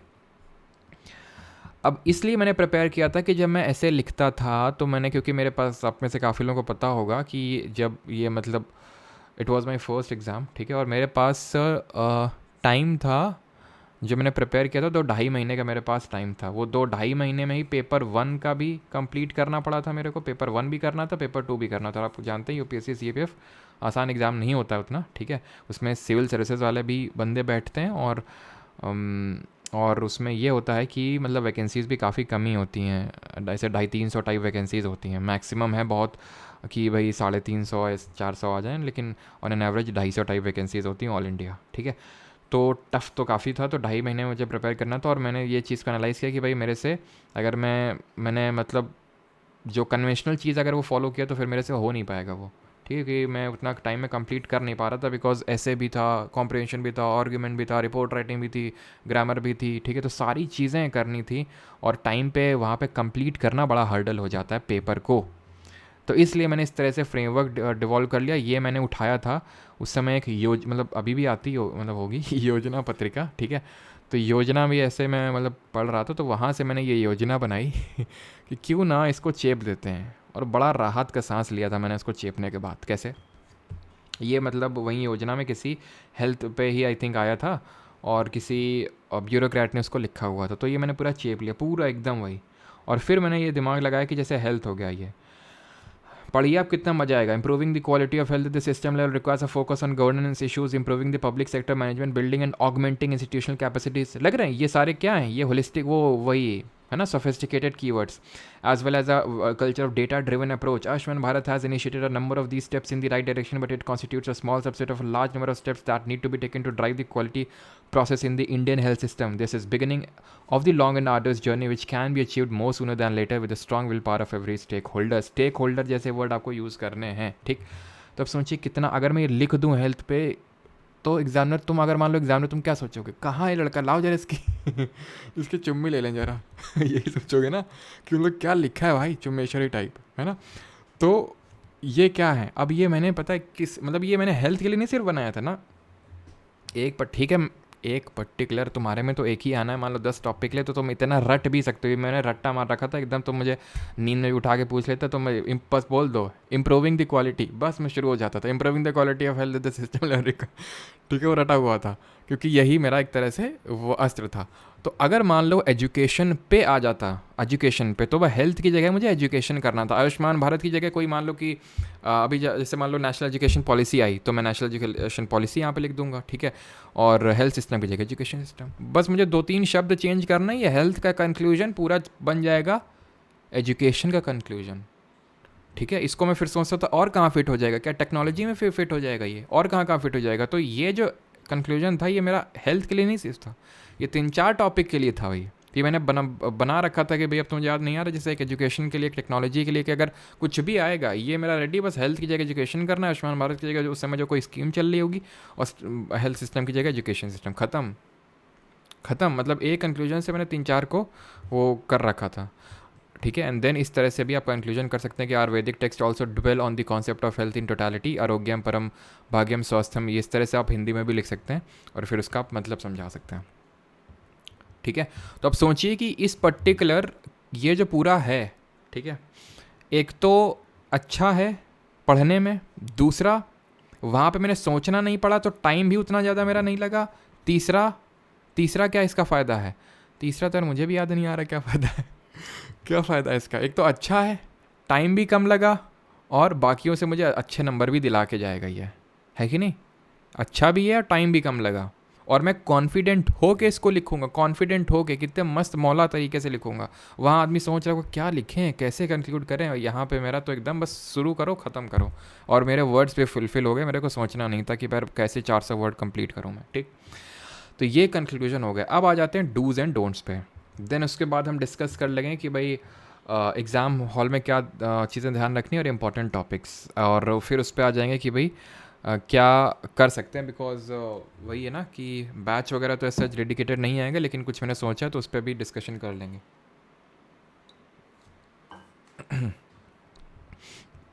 डूज़ पे चर्चा करते हैं। तो पहला डूज़ ये है कि मेक अ शेड्यूल। जब आप अपनी प्रिपरेशन स्टार्ट कर रहे हैं तो एक शेड्यूल बनाइए, एंड बी कंसिस्टेंट, ठीक है। शेड्यूल बनाइए कि किस तरह से आप चीज़ें करने वाले हैं, कितना टाइम आप कॉम्प्रिहेंशन को डेडिकेट करेंगे, कितना प्रेसी को डेडिकेट करेंगे, and divide your time according to the weightage. Weightage मतलब पेपर में 30 नंबर कैसे आ रहा है, 10 नंबर कैसे, 10 नंबर का प्रेसी राइटिंग, तो उसी हिसाब से आपको उसी रेशियो में टाइम को डेडिकेट करना है। आपका ज़्यादातर टाइम ऐसे में जाना चाहिए उसको और अच्छा करने में और बाकी चीज़ें पढ़ने में, ठीक है। एंड एक चीज़ चलो भी मैं बता दूंगा कि भाई जो बॉडी है आपका कैसे रेडी होगा। सिर्फ आप फ्रेमवर्क तो बना लेंगे, लेकिन सिर्फ फ्रेमवर्क से काम नहीं चलेगा। ये ढांचा आपका तैयार हो गया, ढांचे में भरना भी तो पड़ेगा कुछ। ढांचा आपको वहाँ पे रुकने नहीं देगा एग्ज़ाम की, क्या एकदम ब्लैंक माइंड हो जाता है। लेकिन जो फॉर्डर मटेरियल है, जो चीज़ें आप लिखेंगे कितना अच्छा लिखेंगे, वो कैसे डिटरमाइन होगा, तो वो आपका तब डिटरमाइन होगा जब आप चीज़ें करंट अफेयर से एक तो अवगत हैं, और थोड़ा सा जब तक आपका पेपर नहीं हो जाता तब तक एक कोई भी English newspaper, be it the Hindu और दी आपका जो इंडियन एक्सप्रेस आता है, उसको थोड़ा पढ़ने की आदत डाल लें। वो आपको हेल्प करेगी इस पर्टिकुलर जो IBSIO का Tier 2 है उसमें, ठीक है। तो उसको प्लीज़ मतलब इस तरह से आदत डाल लें, या फिर नहीं होगा तो मैं कुछ सैम्पल एसेज आपके साथ शेयर कर दूंगा, तो वो ही आप पढ़ते रहना, उससे ही आपको कंटेंट मिलता जाएगा, कंटेंट मिलता जाएगा, कंटेंट मिलता जाएगा। But I would highly advice कि अगर आप न्यूज़पेपर भी पढ़ते रहें, बिकॉज देन आप जो आर्ग्यूमेंट दे रहे हैं, कुछ भी लिख रहे हैं, तो उसको आप करंट सिनेरियो से आप उसको सप्लीमेंट कर पाएंगे, ठीक है, जो भी करंट में होगा। और अगर मान लो कि करंट से कोई टॉपिक आ गया तो भी मतलब आपके लिए अच्छा रहेगा कि आपके पास एटलीस्ट कुछ लिखने के लिए है, तो आपको उस हिसाब से आपका टाइम डिवाइड करना है। The third is the very most important thing is that start writing, ठीक है। Don't wait for the perfect time कि भाई जब ये सब कुछ रेडी हो जाएगा तब लिखना स्टार्ट करेंगे। लेट मी टेल यू कि परफेक्ट टाइम कभी आएगा ही नहीं, वो कि आप सोचेंगे कि अब I am ready to write the essay, हमेशा आपको लगेगा कि यार अभी नहीं, अभी नहीं, अभी डर लग रहा है, अभी डर लग रहा है, ठीक है। वो लिखिए, और लिखने से पहले ही बता दूं, जो आपका पहला ऐसे होगा it will be the worst ऐसे, सबसे गंदा होगा। और ये कॉमन सेंस की बात है, कोई रॉकेट साइंस नहीं है इसमें, क्योंकि आप लिखना स्टार्ट कर रहे हैं। जब आप पहली बार साइकिल चलाना, बाइक चलाना स्टार्ट किए थे तो क्या एकदम रफ्तार से चला लिए थे, बहुत अच्छी तरीके से चला लिए थे, ऐसा चला लिए थे कि वो इम्प्रेस हो गई थी? नहीं। आप पहली बार जब कोई भी चीज़ करते हैं तो आपको एकदम वर्स्ट होता है ना। तो जब पहला ऐसे लिखेंगे दैट वुड बी वर्स्ट, आप पढ़ के आपको हंसी आएगी, लेकिन it is necessary to take the first step, कभी ना कभी तो लेना ही पड़ेगा। तो एज सुन एज पॉसिबल, जितना जल्दी आप लेंगे, इसमें कोई वो नहीं है, आप लिखिए, कुछ लिखिए। और डोंट्स की अगर हम बात करें तो डोंट, पहली बात तो कंपेयर, सबसे पहले इनिशियल फेस में आपको कंपेयर नहीं करना है कि इसका ऐसे उतना अच्छा है और हमारा इतना बेकार। दूसरा है कि टाइम बाउंड आपको नहीं रहना है, कि भाई टाइम नहीं, कि भाई इतना ऐसे, वो टाइम वगैरह तो बिल्कुल आपके दिमाग में होना चाहिए। कैसे होना चाहिए आपको बताता हूँ। जैसे CAPF को जब मैंने पेपर दिया था, तो क्योंकि मेरे साथ ये दिक्कत थी, जब जैसे मैंने मॉक लिखे खुद से, ठीक है, तो उसमें छूटने का प्रॉब्लम आ रहा था मेरे साथ। तो मैंने क्या किया भाई, मैंने हर एक ऐसे के लिए टाइम डिवॉल्व कर रखा था कि 20 मिनट हर एक ऐसे में, प्रेसी में इतना टाइम देना, आर्गूमेंट में इतना देना, कॉम्परेशन में इतना देना, ग्रामर में इतना देना, सब में टाइम डिवोट कर रखा था। जैसे ही मान लो कि मैंने 20 मिनट में एक ऐसे मान लो को मुझे लिखना था, मैंने 25 मिनट लिखे, 25 मिनट लिए, तो मैंने +5 तुरंत वहीं पे कर लिया कि मेरे 5 मिनट एक्स्ट्रा चल रहे हैं, इसको मुझे कोप अप करना पड़ेगा। तो फिर मैंने अगला ऐसे 18 मिनट में लिखा, यानी अब मेरे या फिर प्लस में या फिर माइनस में, कि भाई या फिर माइनस कर लो, ठीक है, कि -3, कि मुझे मैं 3 मिनट पीछे चल रहा हूँ, अभी भी 3 मिनट पीछे चल रहा हूँ। तो हर एक स्टेप में, हर एक पड़ाव में मुझे पता है कि मैं कितना, क्या मेरा पेपर छूटेगा या नहीं छूटेगा। क्योंकि अगर आप ये मैं एक्टिविटी मान लो ना करता तो फिर क्या होता, मुझे पता ही नहीं चलता कि यार मेरा पेपर छूटेगा, क्योंकि इतना बड़ा पेपर होता है। आपका तो मतलब छोटा है कि एक ऐसे, एक कॉम्बिनेशन, एक प्रेसी। तो अगर आप ये एक्टिविटी नहीं भी करोगे तो भी चलेगा, बट फिर भी आप ये एक्टिविटी करनी है आपको, कि पता होना चाहिए कि मुझे ऐसे कितने टाइम में करना है, प्रेसी कितने टाइम में करना है, कॉम्बिनेशन कितने टाइम में करना है, किसको पहले करना है, किसको बाद में करना है। अगेन वो काफ़ी सब्जेक्टिव है, किसको पहले किसको बाद में, बट मैं I would highly advise in your case कि जैसे आपको ऐसे करना चाहिए। CAPF के लिए अलग होता है, उसमें ग्रामर हमें अटैम्प्ट करना होता है पहले, बट यहाँ पे क्योंकि आपका ऐसे ही सबसे बड़ा स्कोरिंग पार्ट है 30 नंबर का, तो वो आपका बेस्ट होना चाहिए आपका एकदम, ठीक है। और आपको उसी हिसाब से आपको टाइम भी डिवोट करना है, तो वो आपको अभी इसे टाइम लेके नहीं चलना है। जब आपको, तो अभी आपको अच्छा ऐसे लिखना है, आपको लिखना स्टार्ट करना है, देन अच्छा लिखना है, देन टाइम बाउंड, देन आपको स्पीड बढ़ानी। स्पीड तो तब बनेगी ना जब आपके पास कंटेंट होगा। तो पहले आप कंटेंट प्रिपेयर करिए, लिखना स्टार्ट करिए, देन टाइम वाले इशू को लेके आइए कि अब मुझे टाइम में ऐसे को लिखना है। जब आपकी डेट्स अनाउंस हो जाएं, देन तो एकदम फिर उसी में आ जाना है कि मान लो कि अगर मेरे पास 15 दिन बचे, तो अब तो मुझे टाइम में ही लिखना है, ऐसे टाइम पे ही लिख के उसको ख़त्म करना है। अभी आप टाइम मत देखिए, अभी आप लिखना स्टार्ट करिए, ठीक है। तो ये चीज़ है। एंड और क्या, ठीक है, बस तो 2 डूज़ एंड 2 आपके 2-3 डोंट्स हैं। अब यहाँ पे डिस्कस कर लेते हैं कि ड्यूरिंग एग्ज़ाम आपको किन किन चीज़ों का ध्यान रखना है। तो देखिए, ड्यूरिंग एग्ज़ाम सबसे पहली चीज़ तो है कामनेस प्लस शार्पनेस, यानी कि शांत होके और तेज़ दिमाग के साथ आपको चीज़ें करनी हैं। कई बार हम पैनिक कर जाते हैं और जिसकी वजह से हम वहाँ पे गुड़ गोबर करके चले आते हैं, तो वो ना हो। और कई बार ये आप फेस करेंगे प्रॉब्लम, मैं आपको पहले ही बता देता हूँ। वो प्रॉब्लम ये है कि जब आप अपना ऐसे कंप्लीट करेंगे ना, एंड जब आप पढ़ेंगे, या तो ड्यूरिंग दी ऐसे या फिर at the end of the ऐसे लिखने के बाद, पूरा पेपर कंप्लीट करने के बाद, यू विल फील ये पॉइंट मिस हो गया, ड्यूरिंग द भी या तो फील हो सकता है कि ये पॉइंट तो ऊपर लिखना चाहिए था, ये कहाँ पे मैंने लिख दिया, ये तो भैया कंक्लूजन में लिखना चाहिए था, मैंने तो बॉडी में लिख दिया, ये पॉइंट तो ऊपर आना चाहिए था, ये पॉइंट तो यहाँ पे मैंने लिख दिया, नीचे लिखा ही तो यार ऊपर आना चाहिए था, और लिखते वक्त ऐसी फीलिंग आ गई तो भाई समझ रहे हैं आप कैसा होगा, तो आपको और डर लगेगा कि यार क्या होगा, लो मेरा पेपर ख़राब हो गया, इस तरह की फीलिंग्स आएंगी। तो इस तरह की फीलिंग ना, उसके लिए क्या करना चाहिए, और अगर मान लो फिर भी हो जाता है तो भी आपको पैनिक नहीं करना है, कामनेस एकदम मेंटेन करके रखना है। कोई भी चीज़ परफेक्ट नहीं होती है, लेकिन पहले से हम उस चीज़ की प्रैक्टिस करके जाएं सो दैट ये चीज़ ना हो। और उसके लिए आपको क्या करना है, जब भी आप ऐसे लिखेंगे, एक्चुअल एग्ज़ाम के लिए भी मैं ये बता रहा हूँ चीज़, ठीक है, आपको जब प्रैक्टिस करते हैं तब से ये चीज़ को स्टार्ट कर देना, इस हैबिट को बिल्ड कर देना है कि जब जैसे फॉर एग्ज़ाम्पल आपने अपने ऐसे के लिए डिवॉल्व किया कि भाई मुझे 30 मिनट में ऐसे लिखना है अपना, 30 मिनट में, आधे घंटे में, तो उसमें आप ये मान के चलिए कि रफली 4 मिनट जो शुरू का होगा उसमें आप ब्रेन स्टॉर्मिंग करेंगे। ब्रेन स्टॉर्मिंग से मेरा मतलब है कि उस पर्टिकुलर टॉपिक, पहले तो आपने टॉपिक डिसाइड कर लिया, ये भी एक बहुत इंपॉर्टेंट पॉइंट है, दैट इज़ कि सिलेक्शन ऑफ टॉपिक, कि टॉपिक आपका क्लियर होना चाहिए किस में लिखना है। जैसे फॉर एग्जांपल ये मेरे पास 5 टॉपिक्स हैं, तो मैं ऐसा नहीं कि यार ये ठीक लग रहा है, तो ये लिखते लिखते लिखते समझ में आया यार ये इसमें तो मज़ा ही नहीं आ रहा है, ये वाला ज़्यादा सही था, इसमें मैं ज़्यादा लिख लेता, तो वो अगर बीच में अगेन फील होगा तो अगेन आपको वो नेगेटिव एंग्जाइटी देगा एग्ज़ाम हॉल में ही, तो वो चीज़ आपको नहीं करनी है। आराम से इन्वेस्ट योर टाइम, 5 में खूब पढ़ो, सोचो कि किस में लिखना है, और एक बार लिखना स्टार्ट कर दिए तो मुड़ के नहीं देखना है किसी और टॉपिक को। अगर मान लो ये technology in global village select किया हो, इसके अलावा ये अर्जुन की तरह ये सब दिखना नहीं चाहिए, एकदम वही मछली की आँख हो जानी तो चाहिए तुम्हारी टेक्नोलॉजी ना ग्लोबल विलेज। पहले टाइम लगा लो जितना लगाना है, एंड देन इस पर्टिकुलर टॉपिक पे जो भी आपने सेलेक्ट किया ब्रेनस्टॉर्मिंग करिए कि इसमें क्या क्या सोच सकते हैं, क्या कोट आ रहा है, एकदम रैंडम कुछ भी आता ना हमारे दिमाग में, हमारे दिमाग में तो कुछ भी आएगा एकदम से रैंडम से, कोई कोट आ जाएगा, कोई मान लो स्टैटिस्टिक्स आ जाएगा, जो भी आप सोच सकते हैं उसको बुलेट पॉइंट इस तरह से। जैसे मैंने भी ऐसे किया था कि भाई इंट्रो मेरा किस तरह से होना चाहिए, इंट्रो में ये लिखूंगा, इंट्रो में ये लिखूंगा। अच्छा बॉडी में मैं क्या लिखूंगा, बॉडी में ये पॉइंट हो गया, जैसे फॉर एग्जांपल कि बॉडी जैसे टेक्नोलॉजी में हो गया तो जैसे मैं आर्टिफिशियल इंटेलिजेंस का टच करूंगा, ठीक है, उसमें थोड़ा सोशल एंगल डालूंगा, उसमें थोड़ा एनवायरमेंटल एंगल डाल दूंगा, इकोनॉमिकल, जो मैंने आपको बताया था ना कि बॉडी में आपका डाइवर्स होना चाहिए, तो आप economical, social, technological, environmental, ethical, है ना, कि जैसे टेक्नोलॉजी है तो उसका एथिकल एंगल क्या, आर्टिफिशियल इंटेलिजेंस में एथिक्स या एम्पैथी नाम की चीज़ नहीं होगी उसमें। तो आप हर चीज़ में सोच पाएंगे अगर आपको पता है कि एनवायरनमेंट भी एक एंगल हो सकता है, सोशल, टेक्नोलॉजिकल और एथिकल, तो ये आपको क्या है, आपके पास पहले रेडी है। तो मैं सोचूंगा अच्छा एथिकल में क्या क्या हो सकते हैं पॉइंट, इसमें एनवायरनमेंट में क्या क्या हो सकते हैं, इसमें और क्या क्या हो सकते हैं, सोशल में क्या क्या हो सकते हैं, ठीक है, तो उसमें मैं इस तरह से पॉइंट लिख दूंगा जो भी मेरे दिमाग में आ रहा है, रैंडम।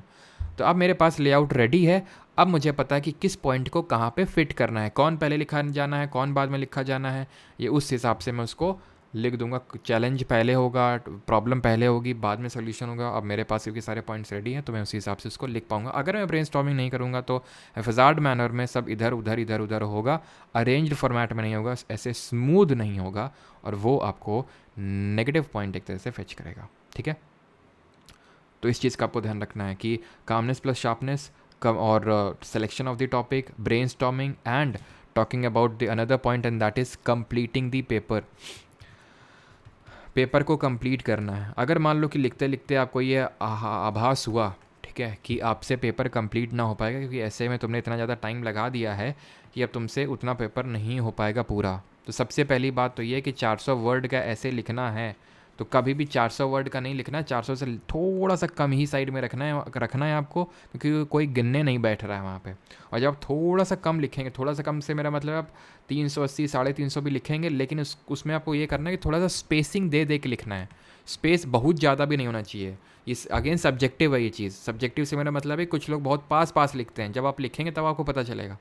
कुछ लोगों का बहुत दूर लिखते हैं, तो उनके लिए एडवाइस नहीं है जो पहले से दूर लिखते हैं, लेकिन जनरली हम पास ज़्यादा लिखते हैं, थोड़ा सा आपको स्पेसिंग दे के लिखना है, तो वो 400 वर्ड्स का लगेगा भी कि हाँ थोड़ा सा बड़ा है। और अगर हम कम लिखेंगे, क्योंकि कोई गिनने नहीं बैठ रहा है कि भाई इन्होंने मास्टर ने कितने वर्ड के ऐसे लिखा है ना, वो एक जनरल उनका नोशन बना हुआ कि हाँ इतने पेज लिखे जाएंगे तो वो 400 वर्ड ही कॉन्स्टिट्यूट करेंगे। तो ठीक है, आपने एक एक लाइन लिखी और आपने देख लिया कि मेरे एक लाइन में इतने सारे वर्ड्स आ रहे हैं, एक पन्ने में मेरी इतनी लाइन है, तो मतलब एक पेज में मैं इतने वर्ड लिख देता हूँ। ठीक है, तो उसी हिसाब से एग्ज़ाम में भी आप कैलकुलेट कर सकते हैं, ना कि एक एक वर्ड को आप कैलकुलेट करेंगे। ठीक है, अब वैसे तो जैसे यूपीएससी की तो फिक्स होती है कि इस लेआउट में होती है वो आंसर शीट, और वो दुकानों में भी मिलती है, ऑनलाइन भी अवेलेबल रहती है, तो आप पहले से उसको लिख के प्रैक्टिस कर सकते हैं कि भाई मेरे कितने में कितने वर्ड आ रहे हैं। आईबी में मुझे नहीं पता है कि मतलब वही लेआउट होता है कि नहीं होता है, आप कोशिश कर सकते हैं, वो उसी लेआउट की जो हैंड आउट्स होते हैं उसको डाउनलोड करके, नहीं होगा तो मैं प्रोवाइड करवा दूंगा, तो उसमें आप लिख लें।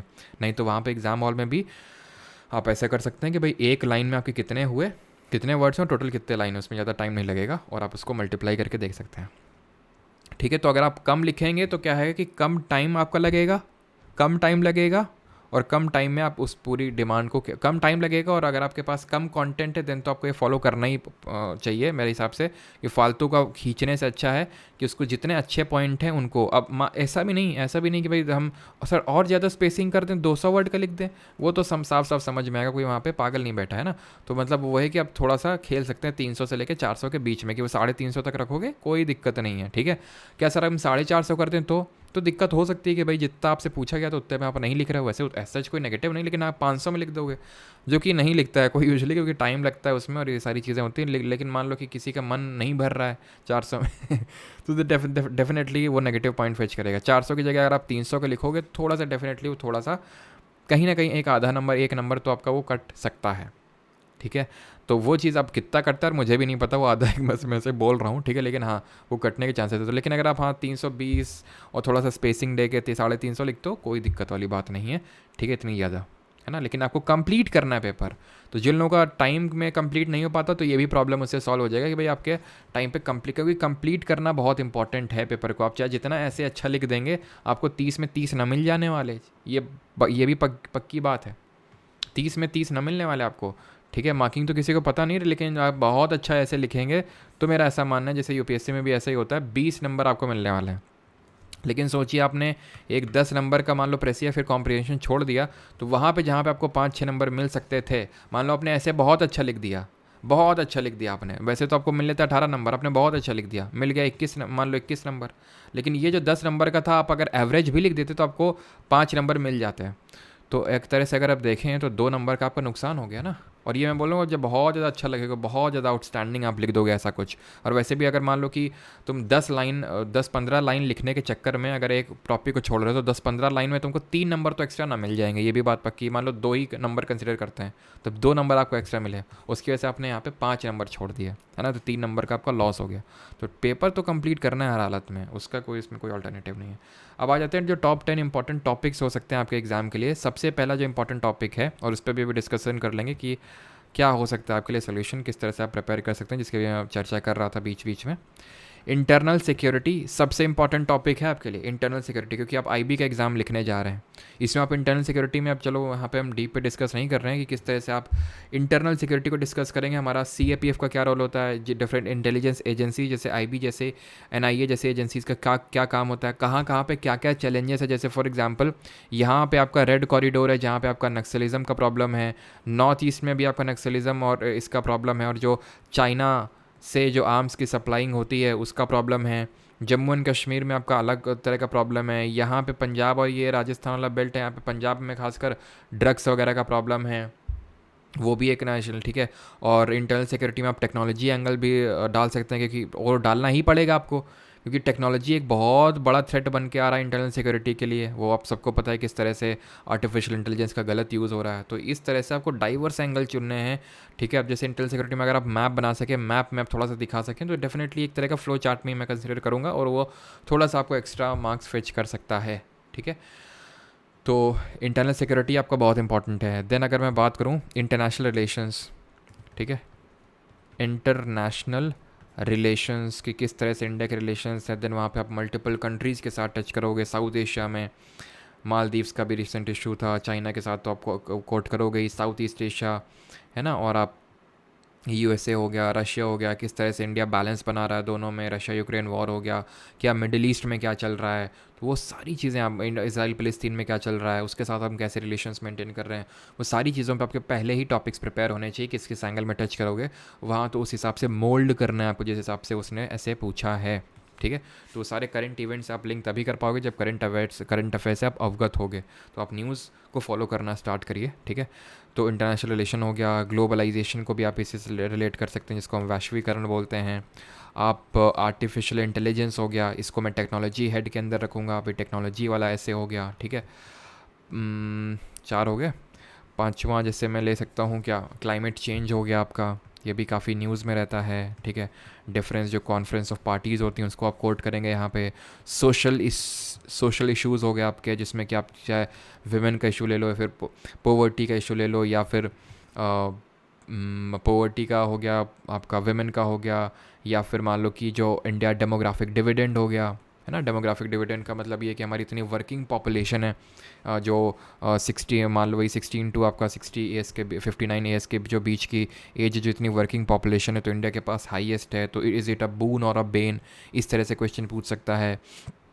आपका सोशल मीडिया, वो टेक्नोलॉजी में आप रख सकते हो सोशल मीडिया वाला। ठीक है, उसको आप उसी में रख सकते हो सोशल मीडिया वाला। एग्रीकल्चर हो गया आपका। ठीक है, एग्रीकल्चर हो गया, इंडिया एट दी रेट 2047, क्योंकि हम 100 साल आज़ादी के पूरे करेंगे। अब यहाँ पे अगर आप ध्यान से देखें तो यहाँ पे what 7 decades of freedom have taught us, ये पिछली बार का आपका पेपर है। तो इस तरह से अगर क्वेश्चन बना है तो इंडिया एट द रेट 2047, जब हम कि भाई आप किस तरह से देखते हैं कि भाई जब 2047 2047 हम 100 साल आज़ादी के पूरे कर रहे होंगे तो इंडिया को आप किस रूप में देखते हैं, तो उस पर भी ऐसे आ सकता है। अब क्योंकि इलेक्शन वाला साल है तो फ्री एंड फेयर इलेक्शंस को, अब इसको आप डेमोक्रेसी के तहत रख सकते हैं कि भाई डेमोक्रेसी का ये कैसे, डेमोक्रेसी टॉपिक से रिलेटेड ऐसे है तो उसका इंट्रो कंक्लूजन इस तरह से है वो होगा। इसी से हो सकता है साइमल्टेनियस इलेक्शंस आपसे पूछ ले। साइमल्टेनियस इलेक्शन का मतलब होता है वन नेशन वन इलेक्शन, क्योंकि अभी एक कमेटी भी बनी थी आपकी, है ना, रामनाथ कोविंद जी की, यानी जो हमारे पूर्व राष्ट्रपति हैं उनके नाम पे एक कमेटी भी बनी। ठीक है, उनके हर में, और जरा बताइए उस कमेटी में कितने मेंबर्स थे, ये भी हम लोगों ने अभी करंट अफेयर्स में देखा था। ठीक है, एग्रीकल्चर हो गया, और 10वां आप कुछ और एक और रख सकते हैं। ठीक है, तो ये आपके 10वां क्या रख सकते हैं बताओ, इंटरनेशनल ग्लोबलाइजेशन, आर्टिफिशियल, अब 10वां तो एकदम मेरे दिमाग में नहीं आ रहा है, कुछ भी आप रख सकते हैं, जैसे टूरिज़्म वगैरह भी रख सकते हैं। ठीक है, टूरिज़्म वगैरह, लेकिन ये जो 9 टॉपिक्स मैंने बताए इस पे आपके चीज़ें, इंट्रो, बॉडी, कंक्लूजन, ये सारी चीज़ें रेडी होनी चाहिए। अब मैं किसको लेके बात कर रहा था वो मैं आपको बताता हूँ। देखो, मेरे लिए तो डेडिकेटेड बैच चलाना पॉसिबल नहीं हो पाएगा ड्यू टू टाइम कंस्ट्रेंट। मैं चला तो सकता था, सब गाइड भी कर सकता था आपको, लेकिन वही थोड़ा सा टाइम कंस्ट्रेंट है।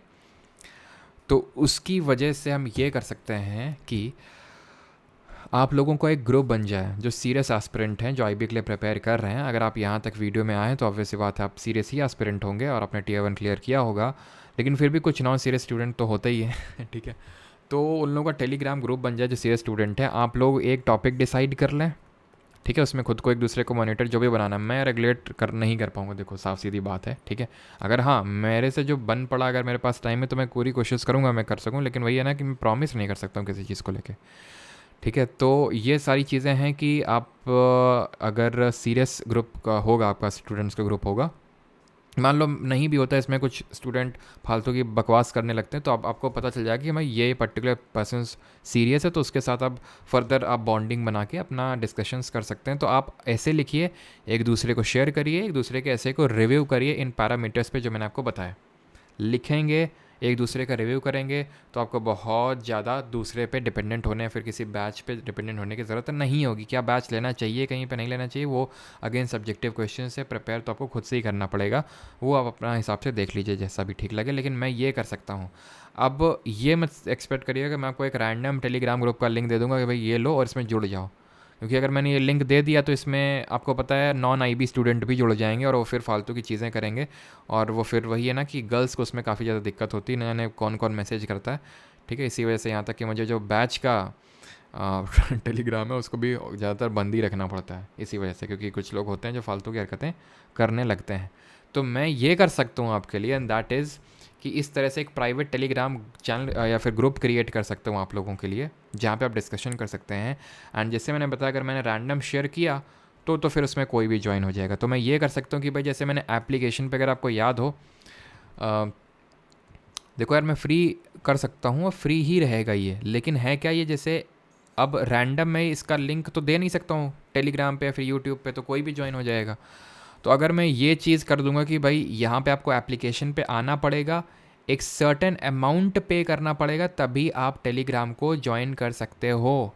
अब सर्टेन अमाउंट मैंने 1 रुपये सोचा था, लेकिन आपको कुछ लोगों को पता होगा, जैसे मैंने सफ़र बैच भी रन किया था जहाँ पे मैं मेडिटेशन वगैरह करवाता, तो मैंने 1 रुपये रखा था, लेकिन वो ज्वाइन हो नहीं पा रहा था एप्लीकेशन, क्योंकि एप्लीकेशन के सर्टेन वो कुछ कमीशंस होते हैं, तो उनको 1 रुपये में वो क्या कमीशन खाएंगे सर्वर का, क्योंकि आप उनका सर्वर खाएंगे तो आपसे फिर क्या खाएंगे, वो 1 रुपये में क्या ही खा लेंगे। तो इस वजह से मिनिमम एप्लीकेशन में होता है कि मिनिमम 10 रुपये का आपको कोर्स रखना ही पड़ेगा, जो एप्लीकेशन वालों ने बताया है मुझे कि एप्लीकेशन 10 रुपये, क्योंकि रेज़र पे जो पेमेंट गेटवे होते हैं उसके चार्जेस होते हैं, वो 1 रुपये का पेमेंट एक्सेप्ट ही नहीं करता है अब रेज़र पे, ठीक है।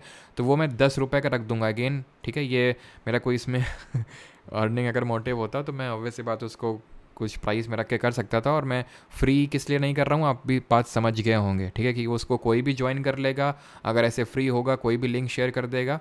और इसमें क्या है कि कोई लिंक शेयर नहीं कर पाएगा उसको किसी को भी। अगर आप ये पेमेंट करेंगे 10 रुपये की, ठीक है, तो आपको वो लिंक मिलेगा, उस पर क्लिक करेंगे, उसको आप ज्वाइन कर लेंगे, और तब वहीं उन्हीं लोगों को वो लिंक मिलेगा। अगर आप इससे राज़ी हैं तो मुझे बता दीजिएगा कमेंट में, तो वो मैं आपके लिए एक्टिविटी वो कर दूंगा, ठीक है। लेकिन आप ये मत एक्सपेक्ट करिए कि मैं इसमें कुछ मैनेज करने वाला हूँ, ठीक है, नहीं तो, क्योंकि मेरे पास वो टाइम नहीं है ना, मेन तो रीज़न ये है। तो उसमें मैनेज वगैरह नहीं करने वाला हूँ मैं, बस मेन वो आपको कनेक्ट, जो सीरियस स्टूडेंट हैं उनको कनेक्ट करने का बस मेरा काम रहेगा उसमें, कि आप लोग कनेक्ट हो जाओ जो सीरियस एस्पिरेंट हो, ठीक है। अगर आप मतलब मेरे प्लेटफॉर्म पे हो तो मैं मानता हूँ कि आप सीरियस ही होगे इस चीज़ को लेके, तो आप लोग जो है बिना एक दूसरे को तंग किए हुए, जो फालतू खासकर लड़कियों को जो किया जाता है, तो हाथ जोड़ के गुजारिश है, अगर मान लो, चलो हर बात की बात है, अगर आप लोग वो ज्वाइन करेंगे तो है कि भाई उसमें अगर कोई भी इस तरह की एक्टिविटी करेगा सीधे ब्लॉक होगा। और वो ऐसा नहीं कि सर, कुछ लोग होते हैं ना जैसे कि वो मैंने मतलब कुछ लोग होते हैं कि भाई 10 रुपये भी किया तो फिर कि नहीं नहीं हमें 10 रुपये क्यों, हमारा 10 रुपये रिफ़ंड करो, ये वो उस तरह के भी होते हैं। कौनों रिफ़ंड नहीं होगा फिर अगर आपने हरकत इस तरह की टेलीग्राम ग्रुप पे करी, कुछ होगा तो नहीं, लेकिन ब्लॉक करने के लिए मैं तुरंत एक्टिव रहूँगा, ध्यान रखना। अगर मुझे पता चला कि किसी लड़की को इस तरह से मैसेज, या फिर किसी लड़के को भी इस तरह से अगर मान लो किसी से अब्यूजिव लैंग्वेज का यूज़ हुआ, तो सीधे ब्लॉक हो गए, ध्यान रखना, ठीक है। तो अगर मान लो ये ग्रुप क्रिएट हुआ, अगर आप लोगों ने बोला तो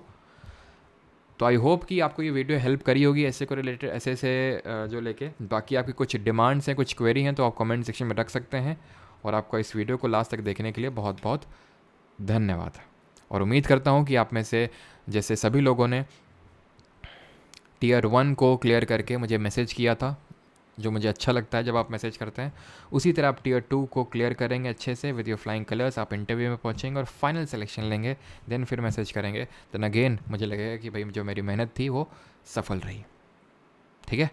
और बाकी ये जो फ्रेमवर्क्स मैंने बताए थे, जैसे जो मैंने आपको दिखाए थे, नहीं होगा तो देखते हैं, अगर ये ग्रुप क्रिएट होगा तो उसी में शेयर कर देंगे, क्योंकि उसमें सिर्फ सीरियस वाले होंगे ना, और क्योंकि और 10 रुपये का प्राइस है, तो आई होप किसी को अफोर्डेबिलिटी का तो इशू नहीं आएगा, है ना। और अगेन मैं आपको बता दूँ वो 10 रुपये ने किस लिए रखा है, वो आप कंफर्म भी कर सकते हैं अगर आपको कुछ डाउट हो कि रेज़र पे 1 रुपये की पेमेंट नहीं लेता है, मतलब 10 से नीचे नहीं लेता है। और बाकी अगर मैं पब्लिक पे कर दूंगा तो सबको तो उसका काम है नहीं, क्योंकि बहुत लोगों ने, मतलब सब ने तो IB का एग्ज़ाम दिया नहीं होगा, सब ने तो IB Tier 1 क्लियर किया नहीं होगा, ठीक है। तो बाकी आप बता दीजिएगा जैसा भी हो। तो मैं और परमार SSC टेलीग्राम को ज्वाइन कर लीजिएगा, बिकॉज अगर मैं फिर आपको बताऊंगा कैसे कि मैंने अगर ये एक्टिविटी मैं करूँगा, ये ग्रुप क्रिएट करूँगा इस तरह से, तो फिर बताऊँगा कहाँ पे, तो परमार SSC टेलीग्राम पे वो मैं आपको बता दूँगा कि किस तरह से ये IB Tier 2 के लिए मैंने बैच क्रिएट कर दिया है एप्लीकेशन पे, कोर्सेज सेक्शन पे। कोर्स सेक्शन में जाके वहाँ पे आप जा सकते हो, 10 रुपये का पेमेंट करके अपना वो लिंक से ज्वाइन कर सकते हो जो आपको करना है, ठीक है। धन्यवाद सभी को। और वहीं पर नहीं होगा तो मैं जो अपने भी मैंने PDF जो बनाए हैं, ठीक है, मेरे पास अवेलेबल है, वो मैं आपके साथ कंटेंट शेयर कर दूंगा। और भी जो मुझे लगेगा मैं शेयर कर दूंगा अपने हिसाब से, लेकिन मैं वही ना प्रॉमिस नहीं कर सकता हूँ आपसे। Thank you.